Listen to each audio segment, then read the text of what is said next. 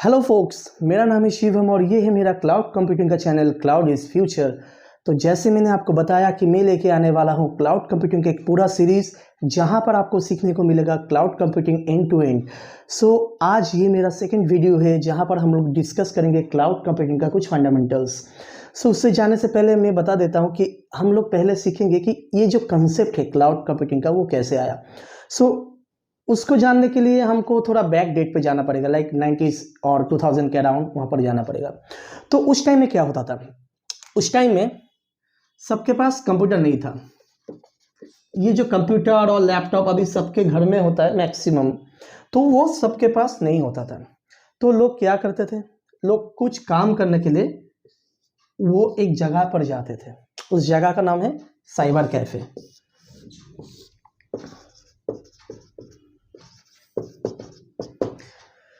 वो cyber cafe में जब जाते थे क्या होता था, वो क्या किया, साइबर कैफे में एक बड़ा सर्वर है, उस सर्वर के साथ कनेक्टेड कुछ मशीन है, मीन्स कंप्यूटर है। आपको जो भी काम करना था तब के टाइम पे, तब आपने क्या किया, साइबर कैफे में गया, ये वाला जो कंप्यूटर है इसमें लॉगिन किया, आपने काम किया और सपोज वहां पर आपने 1 घंटा या 2 घंटा काम किया। 2 घंटा के हिसाब से सपोज 2 आवर्स आपने काम किया और 1 आवर्स के हिसाब से अगर आप उसको पे करते हो, सपोज आपने 20 रुपीज पे किया उसको। तब के ज़माने में बहुत सस्ता था, तो सस्ता मीन्स 20 रुपीज़ भी बहुत ज़्यादा था। 20 रुपीज़ पे किया आपने, ठीक है।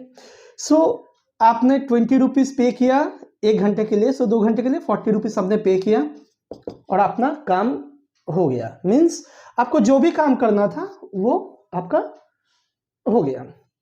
तब क्या हुआ, आपको कंप्यूटर खरीदने का ज़रूरत नहीं पड़ा। आपका जो लाइक डेटा सेंटर या फिर जो भी हार्डवेयर वगैरह है कुछ खरीदने का ज़रूरत नहीं पड़ा। आपने क्या किया, ये वाला साइबर कैफे से आपने इसको रेंट पे लिया। कितने घंटे के लिए, 2 घंटे के लिए आपने इसको रेंट पे लिया और अकॉर्डिंग टू दैट आवर जो भी आपका प्राइस था आपने वो पे कर दिया। आपका काम भी हो गया, इधर का सर्वर का भी प्रॉफिट हो गया, ठीक है। तो ये था पहले का कंसेप्ट। फिर क्या आया, फिर आया और एक कंसेप्ट कि सपोज आप इसको साइबर कैफे मीन्स, फिर और एक चीज जान लेते वो है कि सपोज आपको सिर्फ एक ईमेल भेजना है, सिर्फ एक ईमेल, जस्ट 1 मेल, ओके। तब आपके पास कंप्यूटर तो नहीं है, तो आपको ईमेल भेजने के लिए आपको कहाँ जाना पड़ेगा, ये साइबर कैफे पे जाना पड़ेगा, राइट। और ये जब साइबर कैफे में आप लोग जाएंगे, सपोज आपका घर बहुत दूर है, सपोज 10 किलोमीटर और 20 किलोमीटर दूर है, तो आपको क्या करना पड़ेगा, तब आपको या फिर ड्राइविंग करके जाना पड़ेगा या फिर गाड़ी से, कोई भी बस से जाना पड़ेगा। तो आपका ट्रैवलिंग कॉस्ट आ गया यहाँ पर।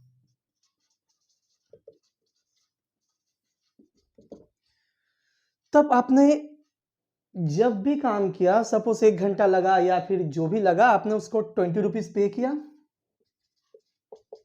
उसके साथ आपको यहाँ पर टोटल कॉस्ट कितना पड़ा, आपने जो ट्रेवल करके गया 10 किलोमीटर, फिर 10 किलोमीटर ट्रेवल करके वापस भी आया होगे, तब आपको सपोज आपको 100 रुपीज पड़ गया इसका खर्चा।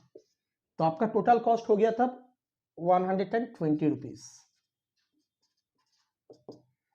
दैट मीन्स ये कंसेप्ट तो बहुत अच्छा था, लेकिन आपको ये जब थोड़ा छोटा बहुत काम के लिए भी आपको ये जो ट्रैवल का कॉस्ट है ये उठाना पड़ता था, जो कि हम लोग अगर देखेंगे कि ये अपफ्रंट कॉस्ट में इसको ज़्यादा कहते हैं कि मेरा जो भी बिजनेस है, बिजनेस के रिलेटेड जो भी रिटर्न ऑफ इन्वेस्टमेंट है वो कम हो जाएगा तब, ठीक है।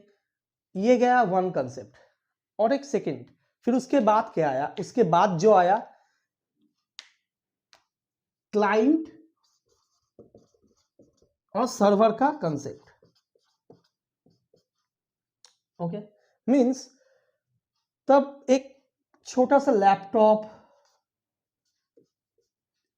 और डेस्कटॉप, जिसको हम लोग थिन क्लाइंट कहते हैं, लैपटॉप और डेस्कटॉप,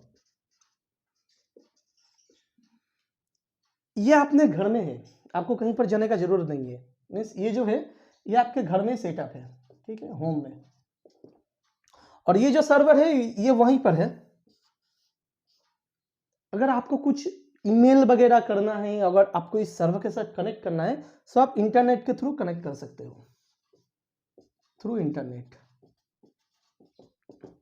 तो और यहाँ पर जो बैकएंड के साइड में है, बैकएंड के साइड में इधर यहाँ का लोग है जो ये सर्वर को मेंटेन करता है, ठीक है। तो ये जो क्लाइंट सर्वर का कंसेप्ट आया आफ्टर 2000, तो इसमें क्या फायदा हुआ, इसमें अगर आपको छोटा से छोटा चीज भी करना है तो आपको कहीं पर जाने का जरूरत नहीं है, आप अपना कंप्यूटर से घर में बैठ के कर सकते थे। मीन्स सिर्फ आपको इंटरनेट चाहिए होता, आपने अपडेट कर दिया, वो वाला चीज सर्वर में जाके स्टोर हो गया, ठीक है। अगर आपको कुछ डाउनलोड करना है तो आप लोग रिक्वेस्ट भेजेंगे, सर्वर वो रिक्वेस्ट को लेगा, आप फिर वो रिस्पॉन्स करेगा, ठीक है, वो रिस्पॉन्स बैक करेगा। ये गया और एक दूसरा कंसेप्ट, ठीक है। लेकिन ये जो मॉडल था, ये मॉडल था सेंट्रलाइज, इसको हम लोग कहते थे सेंट्रलाइज्ड। मींस सपोज ये बहुत बड़ा सर्वर है जिसके साथ ऐसे आप जैसे मल्टीपल बहुत सारा क्लाइंट कनेक्टेड है, ठीक है। मैं थोड़ा ठीक से ड्रॉ कर देता हूं और एक बार। सो अभी क्या हुआ, अभी हम लोग के पास जो भी सर्वर है वो किसके साथ कनेक्टेड है, मल्टीपल क्लाइंट के साथ कनेक्टेड है। ये मेरा क्लाइंट है,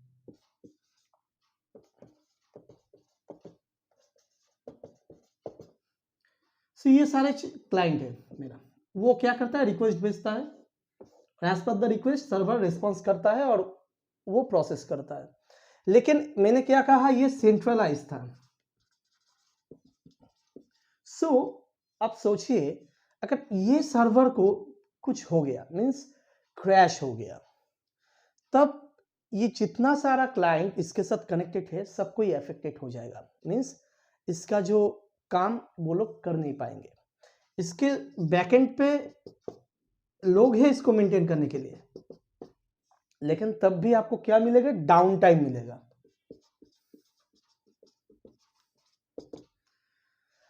फिर 2006 में जाके अमेज़न ने ये पूरा क्लाउड का कंसेप्ट लाया। Amazon is the mother of all cloud. So क्या हुआ, तब जाके मेरा जो मॉडल आया वो डिस्ट्रीब्यूटेड मॉडल आया।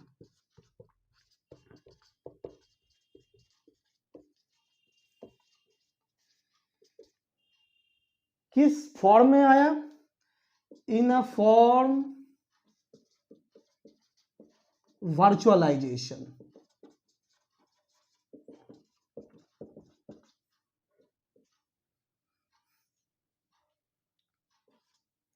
सो डिस्ट्रीब्यूटेड मॉडल जो आया वर्चुअलाइजेशन के फॉर्म पे, वो क्या हुआ, यही सेम सर्वर क्या हुआ, मेरा छोटा छोटा वर्चुअल मशीन में कन्वर्ट हो गया।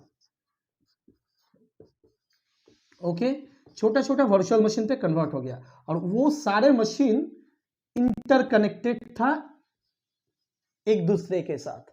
मींस ये मेरा हो गया तभी सर्वर जो है वर्चुअल, और ये सेम कनेक्टेड है किसके साथ, मल्टीपल क्लाइंट के साथ। ये हो गया हम लोग का क्लाइंट्स।